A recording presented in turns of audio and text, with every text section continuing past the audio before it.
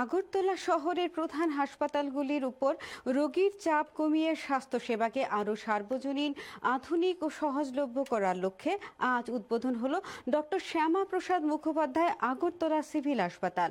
মুখ্যমন্ত্রী doctor Manik Saha civil হাসপাতালের উদ্বোধন করেন। পরে হাসপাতালটি ঘুরে দেখেন তিনি।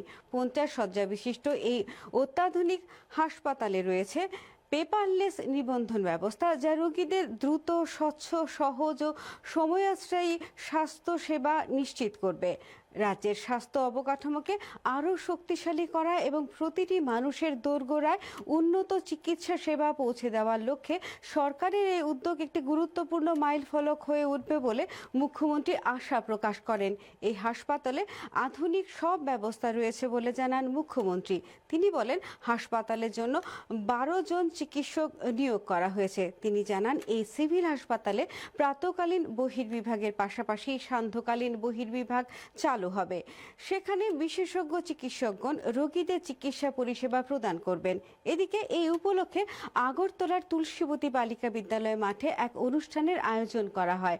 সেখানে মুখ্যমন্ত্রী ছাড়া উপস্থিত ছিলেন mayor Dipak Majumdar, deputy mayor Monika Das Dutta সহ স্বাস্থ্য দপ্তরের সচিব কিরণ গিত্তে এবং অন্যান্য আধিকারিকেরা। পেশেন্টরা এখানে আসবেন, এখানে তো পয়সা দিতে হবে না, কিন্তু পেশেন্টরা যখন আসবেন নিজেদেরকে যেন এটা ফিল করে যে আমার এখানে পরিষেবা পাচ্ছি, যেটা কর্পোরেট সেক্টরে গিয়ে পয়সার বিনিময়ে যেটা পায় সেটা যেন সরকারি পর্যায়ে বিনা পয়সায় সেটা পায়। এর জন্য একটা চিন্তা ভাবনা ছিল। তো আজকে আমরা ফাউন্ডেশন লে করেছিলাম 1 বছর আগে, তো আজকে তার উদ্বোধন হলো।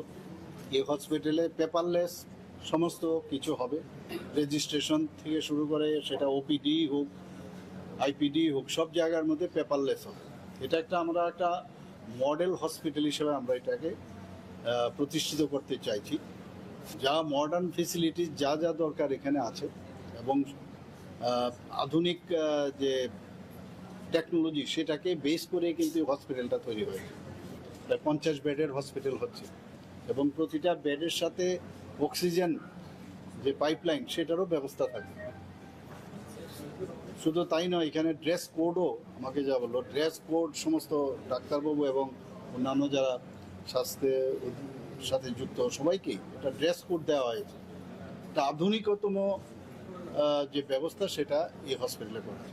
মেডিসিনের ওপিডি থাকবে, পেডিয়াট্রিক্সের ওপিডি থাকবে, অবসগাইনির ওপিডি থাকবে, ইএনটির থাকবে, ডেন্টালের ওপিডি থাকবে।